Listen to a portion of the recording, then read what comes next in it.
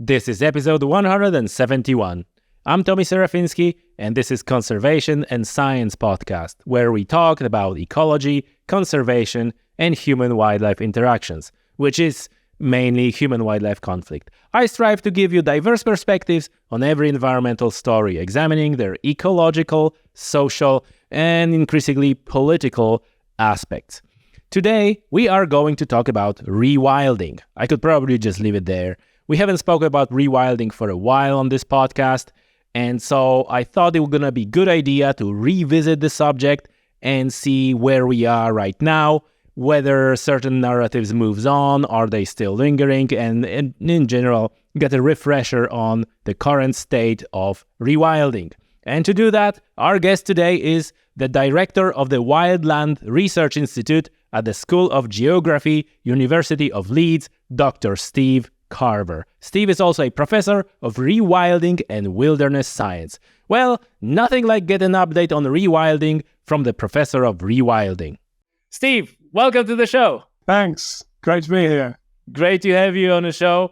We spoke at some point on this podcast about rewilding so many times that I was the point where I said, okay, stop. I'm never going to talk about rewilding again. But obviously, a few years passed, and I feel like discussion moved on since. So I would like to start with, rewilding was this term that, and often that was exploited by opponents who say who knows what you mean by rewilding? It can mean anything. Anyone can mean whatever they want about rewilding. And yet, here you are, professor of rewilding. So, and wilderness science. And wilderness science. So, is rewilding mainstream now, and have we removed all the ambiguity on what rewilding is? Well, it's like anything else, whether that's shooting or farming or traditional conservation. There are so many definitions out there, slightly different words, but you pare it down, and essentially it's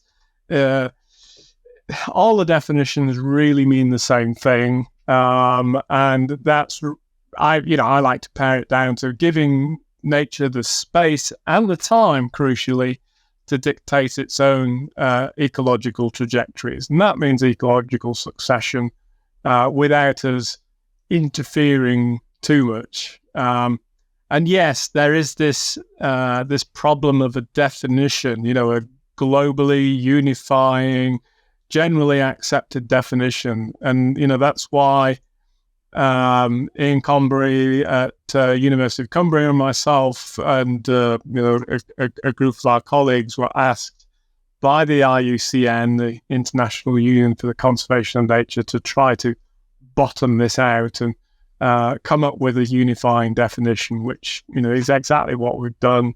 We started work in 2017, big survey of people we identified through a sort of snowballing exercise as being key informants, early adopters, innovators in the field, and then subsequent surveys of rewilding organizations to identify a set of guiding principles and definition, and that's what we've done. So we're hoping that's useful, and it is being picked up by various organizations and individuals as being, as near as damn it, a formal definition. I think that the part of that was you said that even hunting can mean different things to different people. Absolutely. But then the term is around for so long that most people intuitively know what that is, while rewilding is fairly new, right? It's when it was first, in the 80s, I think. That was people started talking about it in the 80s. It first appeared in print in 1990 in Newsweek magazine, an article by Jennifer Foote. And since then, it's been a term. It first started being used mainly in the USA and North America, USA, Canada.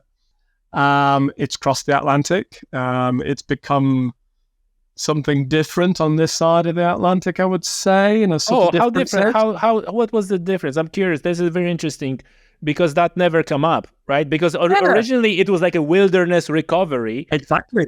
which my head is way less contentious, if you like, than rewilding. And then, so what was the change when it crossed the Atlantic? I think, in North America, the impetus was really about connecting up remaining wilderness areas using this 3Cs model, the cause, corridors, and carnivores model. And, there are these big transcontinental corridor ideas, such as the Yellowstone to Yukon, Y to Y, which, based on, we really need to be able to give wildlife the freedom of movement, whether that's north-south or east-west through these connecting corridors. And, that wasn't the emphasis on. It was protecting the cores, existing wilderness areas, with buffer zones and corridors around those to give species the freedom of movement. And, and that included large carnivores. Bring it over to this side of the Atlantic, and there's precious few remaining wilderness areas left in Europe. We've mapped them as part of another project. And countries do define and designate wilderness areas, but they're nowhere near the scale that we see in North America. So the emphasis has been really about making space for wild nature within an already heavily modified landscape, and that has naturally involved some watering down of the original ecological principles of ecological connectivity in that you saw in North America. Yeah, because the density of the population is quite different on this side of the Atlantic. Do you think that this was part of the negative reaction to rewilding, well, initial and ongoing to large extent, that, oh, you mean, people had in mind these huge landscapes, and then, oh, you're gonna, run people off the land, and et cetera, et cetera? Yeah, I guess there's a certain amount of that, but there's this issue of, what's the best way to put it? It's about spatial configurations and spatial affordances for wild nature in a heavily modified landscape. So, the first time I went to see some rewilding projects, for example, was in the Netherlands. I went on a trip there with Derek Dow that we organised through the Wildland network that we set up in 2000 to see, how the Dutch were doing it. And of course, in the Netherlands, you've got, one of Europe's most densely populated countries, and yet they were managing to squeeze in to some of the spaces in between, farmland, population, industry, fitting in these patches of wildness. This I can't remember what it's called in Dutch. It's this kind of like nature creation, which call rewilding. And Ursvaardersplassen is the key example of that. And of course, one of the problems with doing that is that, there's this need for a fence, to keep wildness separated from human land use. And that's been its downfall in many respects, in that, Ursvaardersplassen, interesting experiment, but you might say it's a failed experiment because of the problems that I've seen in with starving animals in that enclosed landscape, because they've simply got nowhere to migrate to. They can't connect to the outside landscape in the lean winter months when browse is short. In a natural setting, and in the North American setting where there's these evolving corridors, wildlife can move, it can migrate, and of course in that compartmentalized, fenced in, fenced out landscape that we see in the Netherlands, there is the wildlife can't. It starves when the fodder of the browse runs out. What was your, in general, view on this experiment? Because, initially, I thought it's a failed experiment. It's a worst thing ever.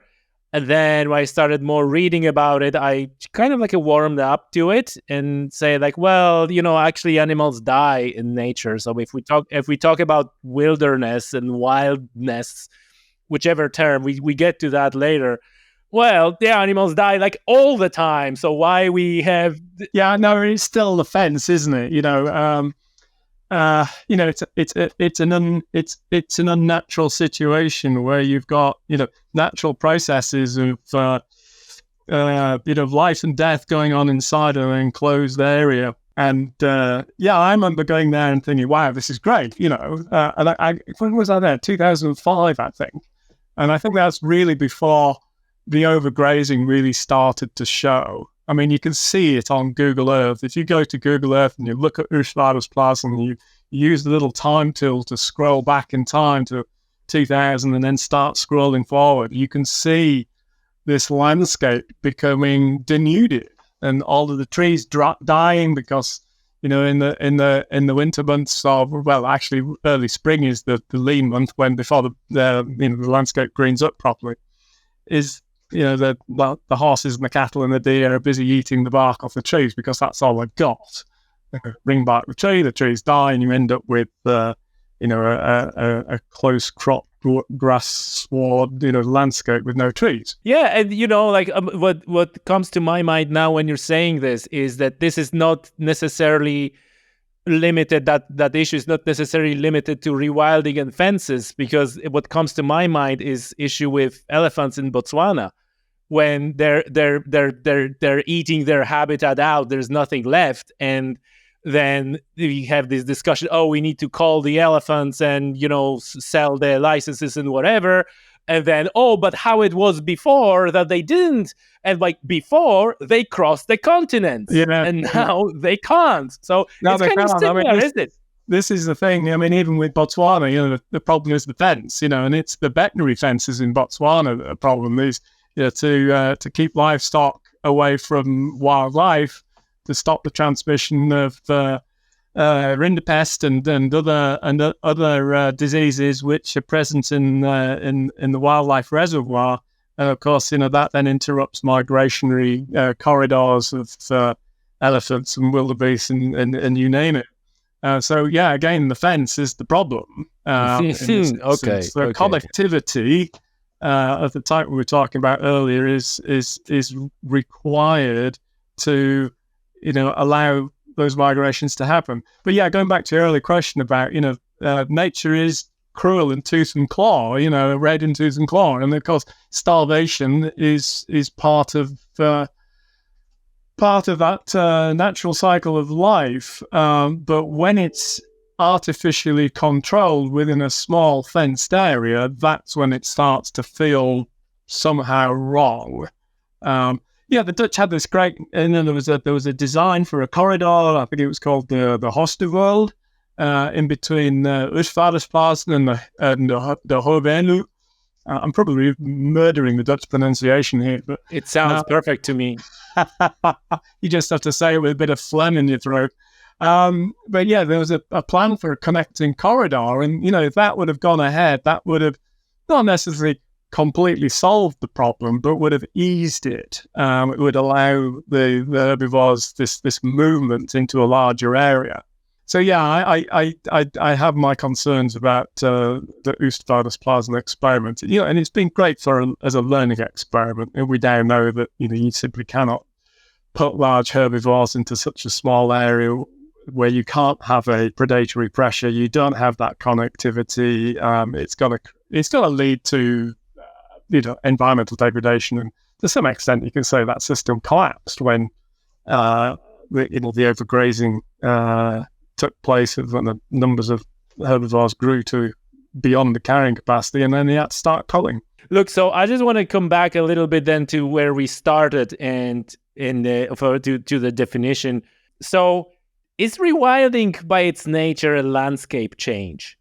Because then, the follow-up question from this is like, you have all those things like micro rewilding, right? And then someone puts the pot on the window and is like, I rewilded my window or whatever. So where is it, like on the landscape, are we talking? Because there's, I guess, important distinctions between changing the landscape and then landscape scale rewilding. Did I get that right? There are these two different things. I would like to elaborate on that. I know it's like a compound question. it's incredibly scale dependent and incredibly context specific. Yeah, I think this idea of rewilding your window box is just fluff. It's nonsense. I mean, yes, you can make your window box pollinator friendly, and it proved the biodiversity of microspace. Nothing wrong with that. Don't get me wrong. I do no mow May, because A, I'm lazy, and B, I think it's nice to see what wildflowers coming from my lawn, entirely soul-seeded, but I've got rag robin, ragwort, and all sorts of things, you name it. I didn't put them there, but I wouldn't call that rewilding. I think rewilding has to happen at scale within a particular landscape unit. So, I think maybe when we're talking about smaller patches of land, then, habitat creation, habitat restoration, those kinds of phrases are perhaps more appropriate, because I think the ecological principles of rewilding, really are, I go back to North America, so they really are tied to that sort of notion of the cause, corridors, and carnivores model. And if at the end of the day, a rewilding project or a rewilded landscape isn't moving along that continuum of human-dominated landscapes through to wilderness, if it isn't moving a landscape towards that wilderness end of the spectrum, then it's not really achieving its goals. Yeah, and by the way, I would like to mention now, I think that there's a graph of this in the paper that you're lead author on. It's guiding the continuum. Yeah, guiding principles of rewilding, and as always, we're going to link this paper in the show notes. So if anyone wants to go there, it's I think kind of like it summarizes that nicely. Steve, I think the thing, just to pick up on the spatial thing, I think the thing to point out as regards that paper, and what we were doing there was it's a global overview. So this is, and it may be that I'm sat here in Yorkshire, England. It may be that rewilding, true rewilding at that level, or as I call it, open brackets AL close brackets wilding, real wilding, so to speak, might not necessarily be possible at the scales that the British landscape affords. That paper is very much a global set of principles. The IUCN being a global organization. I think we just need to be cognizant of that. Yes, I'm glad you said that, because it might feel like I was trying to catch you on something, but I never tried to catch my guest on something. But I want to go to the concept, something that I heard more than once of the either like we're talking about the capital R rewilding and just rewilding, meaning habitat creation, meaning like you said, like, oh, let's have a no mow May, or maybe let's have a block of forestry that we're gonna leave it, something like that. That is not landscape, either scale or landscape change. So where I'm going with this, I heard opinion voices that you're probably familiar with, that the rewilding is fundamentally anti-rural, right? And I was like, why would say such things? And the response I have is so because it is fundamentally landscape change, that means that the landscape that is supporting communities, mainly rural communities, has to change to something else, rewild it. Therefore, it cannot support the community, which makes sense. Like, if you think about it, it makes sense. Now, this is where I'm coming from. Like, is this landscape change, which doesn't necessarily mean that you don't have place for anything else, right? Like Natura 2000 sites, there are conservation, but other things are allowed there as well.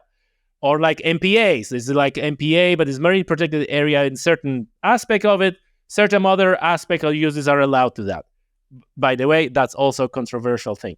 So I'm curious your response to like, okay, it's a landscape scale, it's a landscape change to something else than currently is in supports community. Therefore, at its core, it is anti-rural movement. Yeah, I would say that is a valid concern. But at the same time, let's pare that back. Change. The only constant in landscape is change itself. Landscapes are continually evolving. You go back, 50, 40, 100 years or whatever, and the landscape will look very different from it does now. So landscapes are constantly evolving. They're a constant change of flux, they're dynamic. And this idea of balance, whether that's ecological balance or, the cultural balance in a landscape is a bit of a, misnomer, a bit of a red herring. So, change happens. And, we are at the early stages of a global climate and biodiversity crisis. And so change is being forced upon us. And if we are to respond to that change and create more resilient landscapes, then I would say that we have to work closely with nature in terms of nature-based solutions, etc., to mitigate against the worst effects of that, provide a buffer or whatever it is. Again, I come back to that point, that these things are incredibly context specific. But one of the principles of, we've got 10 principles of rewilding in that guiding principles paper. One of them is that, principle 6 says that rewilding requires local engagement and support. Full stop. So if communities, rural communities, are not supportive of a rewilding project in their area, then it's not going to happen. And so I kind of like to think about this as, there are some external forcing mechanisms, climate and biodiversity, not least of which, and there are some external policy mechanisms which are top-down. They're government, fiscal, and environmental support mechanisms which are top-down, which can support that bottom-up buy-in from local communities. Now, where those two triangles, if you imagine an inverted triangle from the top, that's top-down policy and external forcing mechanisms, and your community is your bottom-up triangle, where those two triangles overlap, you've got a diamond in the middle, that's the sweet spot. That's where you can get that overlap. You can think about the orb as a Venn diagram as well, if you like, is that you get that overlap between supporting policy and these external forcing mechanisms, which allow and encourage that bottom-up buy-in. And the wise money, I would say, is really about spotting those opportunities. Some forms of traditional land use can continue alongside that, probably around the edge. But spotting the opportunities for new economies and new, what will become new traditions, supporting wilder landscapes, such that, in 20, 30, 40, 50, 100 years' time, people are looking back and say, well, what was all the fuss about? I think as long as you've got that bottom-up support, which is supported by top-down policy and fiscal mechanisms, that sweet spot in the middle, then I think those are the areas where we may well wish to concentrate on. And it's about spotting those opportunities, whether they're spatial, ecological opportunities or social, cultural ones. What part or to what extent work on rewilding or rewilding itself is purely ecological, biological, or to what extent it is also social, political? Because you touch on this very important thing that nothing happens in a vacuum, and we might have some great. So, is it like almost half of it, or is it like 80% of it? It's probably half and half. I think the ecological principles are first and foremost, a priority, because if you're not ticking those boxes, it's not rewilding in an ecological context. But we very much recognize that the socio-cultural, political setting are just as important in terms of enabling and supporting the rewilding process. And it is to some extent a process in that regard. So Principle 6, as I say, rewilding requires local engagement and support. Principle 7 says that it's informed by science, traditional science, but also traditional ecological knowledge and other local inputs, so other local knowledges. Principle 8 goes on to say about feedback and monitoring, as a human process. But then, actually, Principle 9 of that brings it right back to the beginning and says, well, we really do need to recognize the intrinsic value of all species and ecosystems here, because it's not all just about us here. We are, as I said before, at the beginnings of a big changes ahead in terms of climate and biodiversity crisis. And we just need to have that humility to recognize it ain't all about us.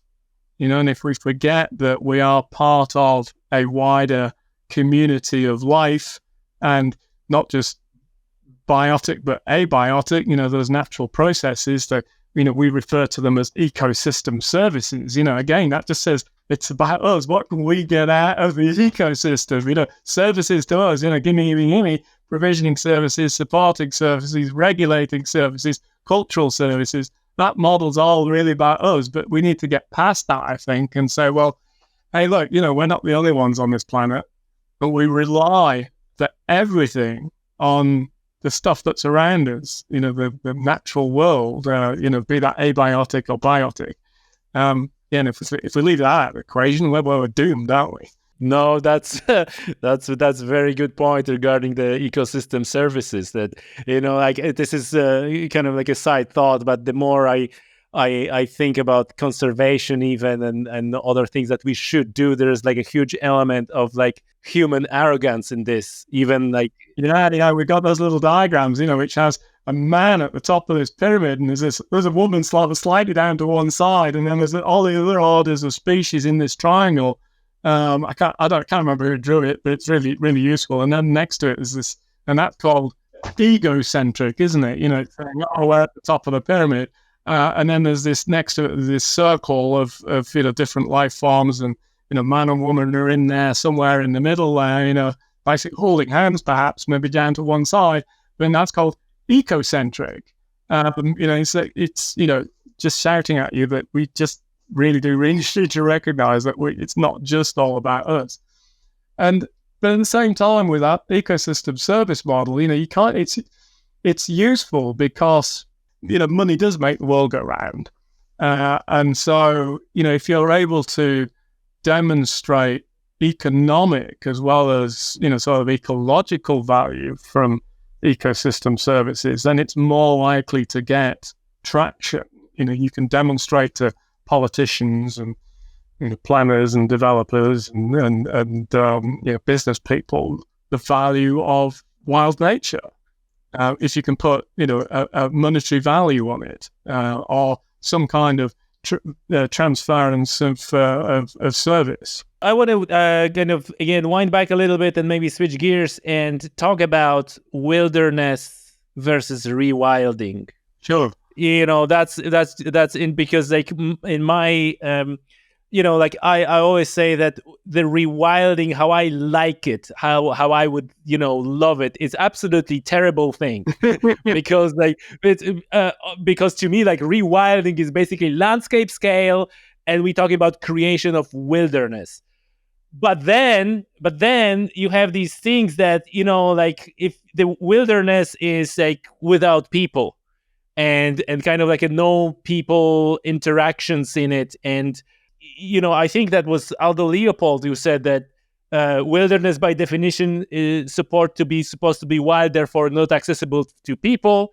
But then we talk about tourist opportunities for all the, and so on and so forth. And I myself say, like, if we have this lovely pristine wilderness somewhere, just beautiful, but I don't have access to it, do I even care?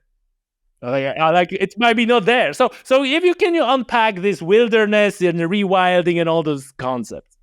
Yeah. Well, as I said earlier, I think if if the ultimate goal of rewilding is to create a sort of a secondary wilderness, then, if it's not got that as an ultimate goal, and somehow it's kind of missing the point. It's limited rewilding.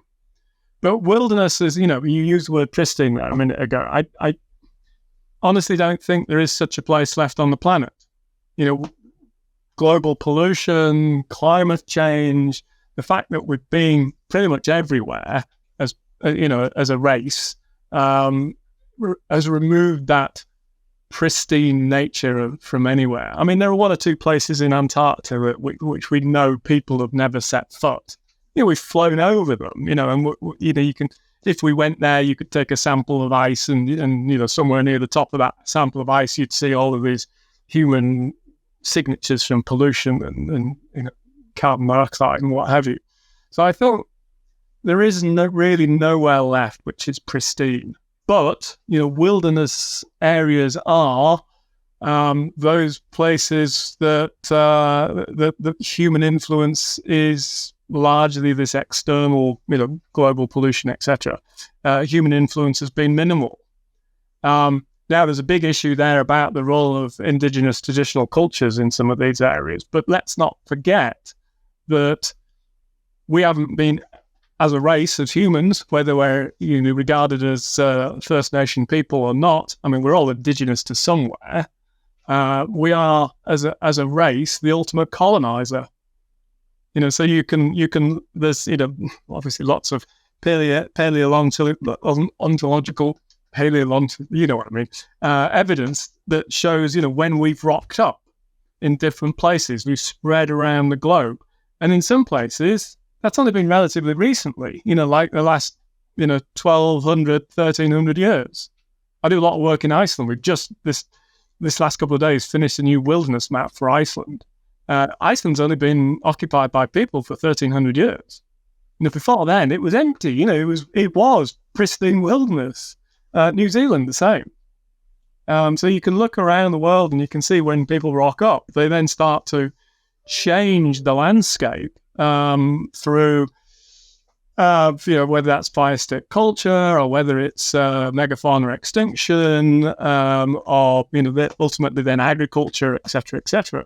So whenever we rock up, we change things, and so wilderness as a concept comes with baggage, and that's what makes it interesting as a academic study. But ecologically, wilderness is that biophysical reality of wild nature doing what wild nature does, largely in the absence of any human interference or influence. Do you agree with, I'm going to quote again Aldo Leopold, wilderness is a resource which can shrink but not grow. Invasion can be arrested or not modified. Do you agree with that? Yeah. Well, I think once it's gone forever. You can't recreate those original conditions. But what you can do is obviously we were talking about rewilding, or you can recreate wild conditions. And, nature reclaims its own with surprising rapidity. It might not be the same as what was there before human, modification influence, but it will be wild. It will be nature. It will be, whether it's native is another matter. Because species, we've enabled this movement of species across the world far faster and more rapid than they would have done without, human globalization. But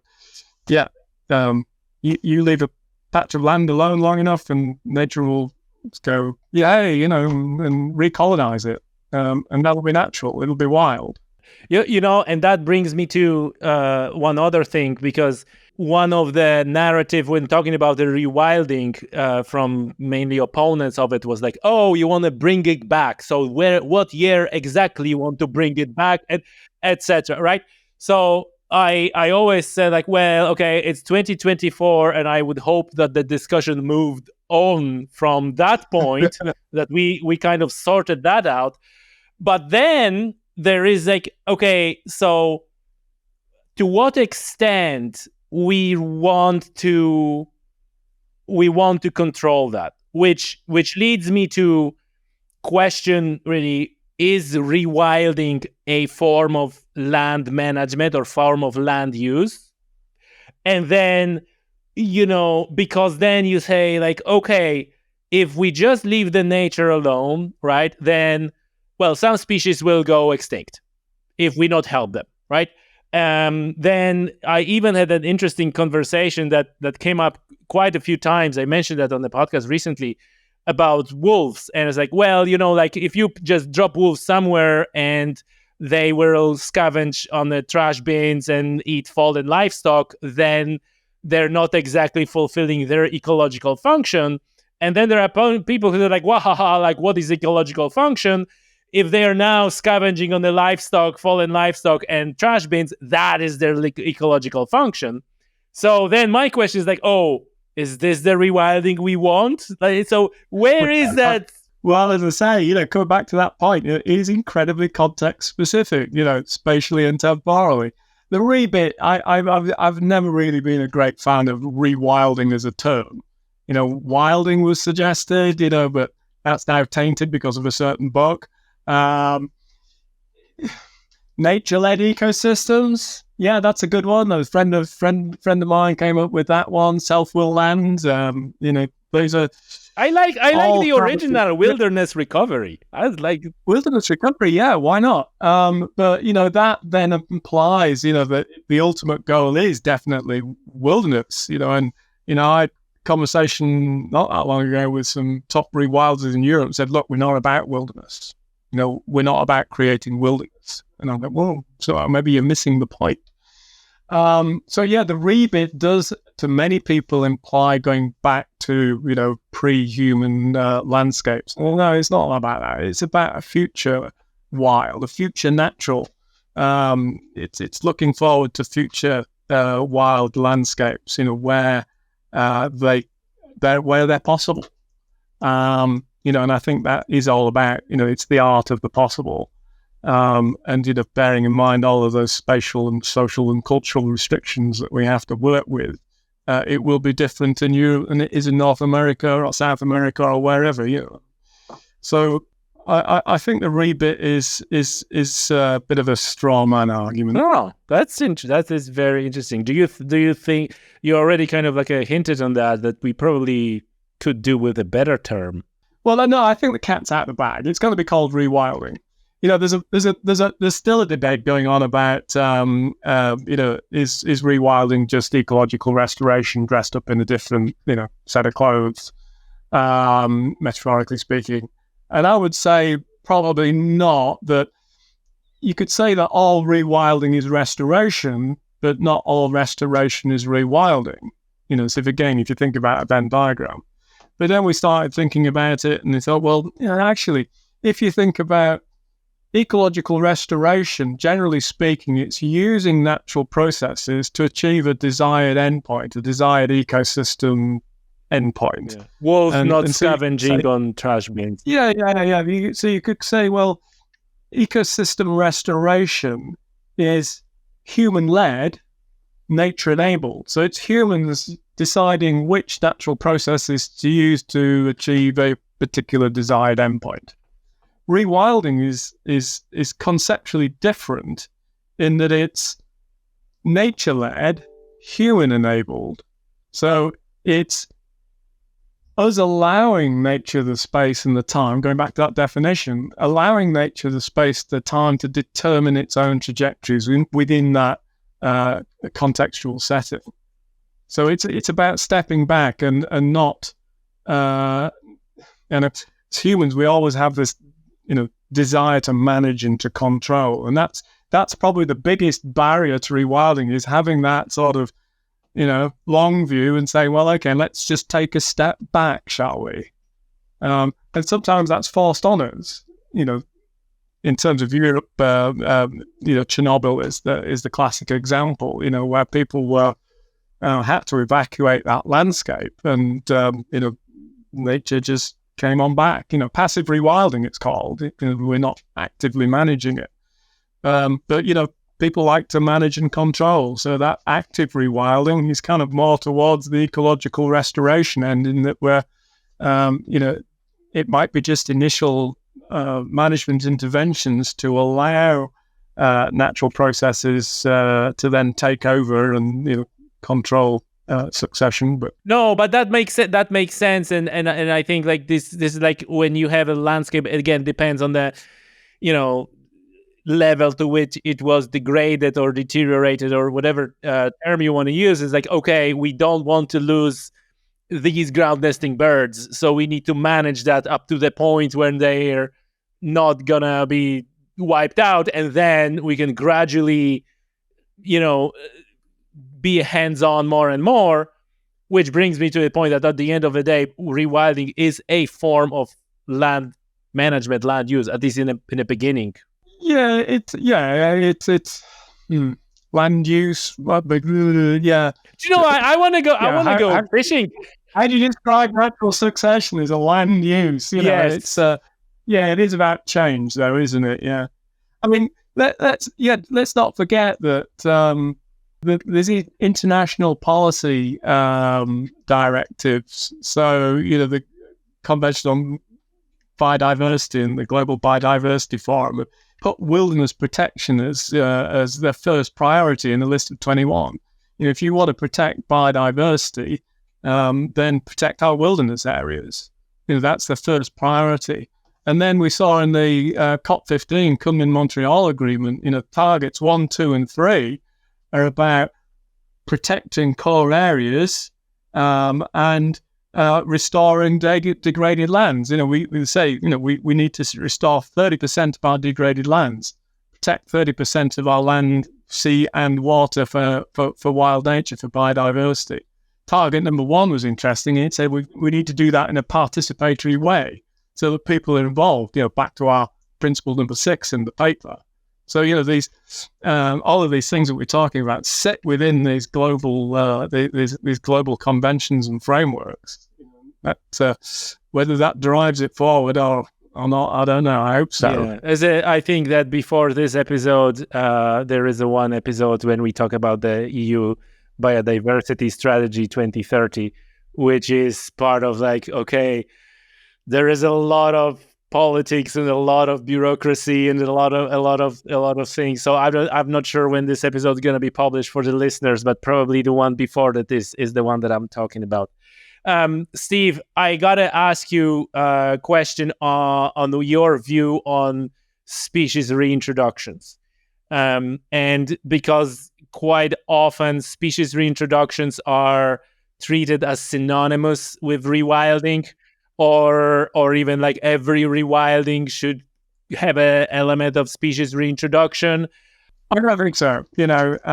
It's a key element. Species reintroductions or translocations or whatever you want to call them. It's a key element, but it's not a mandatory element. Rewilding doesn't have to involve reintroduction of any species. It can just be, passive rewilding doesn't involve intentional reintroductions. It's just, giving nature the space and the time again, natura naturans, nature does what nature, nature is what nature does. Yeah, there is that temptation to think, wouldn't it be wonderful to have lynx and wolves and bear back in the UK? Personally, I'm hopeful about lynx in my lifetime. I'd like to see that happen before I'm pushing up the daisies. But I am under no illusions as to the fact that wolves are not going to be here in my lifetime. Maybe in future, I don't know. But in the UK context, we are the only major European island, along with Ireland, that doesn't have a breeding wolf population. Iceland doesn't, but wolves never there anyway. But yeah, the UK and Ireland, the only major European countries without a breeding wolf population. And the clues in the name, the fact that we are islands, the fact that we would have to consciously make that decision to reintroduce them is a real sticking point. If they come back on their own, then that's a different matter. If they only swam better. That's right. They kind of took some swimming lessons, or stayed away, on the Eurostar. hey, I'd buy him a ticket.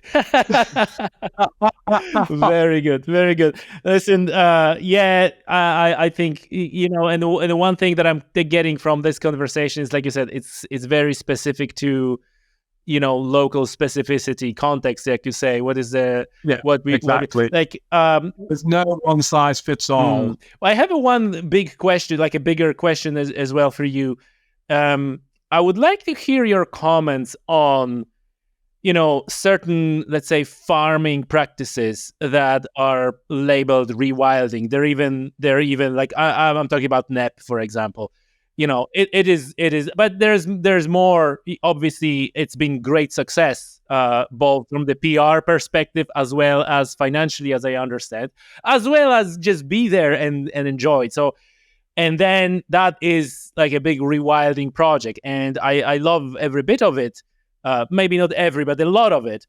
But then, this moment of done is like this is just a maybe modern farming. This is this way of farming rather than rewilding.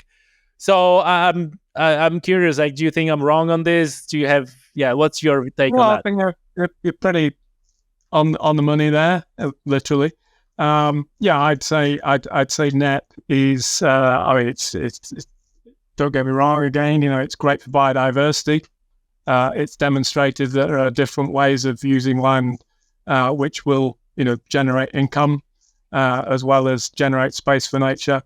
But I wouldn't call it rewilding. Rewilding light, I think, is a phrase I coined in an article for Ecos magazine a few years ago now, which I applied to NEP. But even Charlie and Izzy themselves have admitted that what they're doing is regenerative agriculture.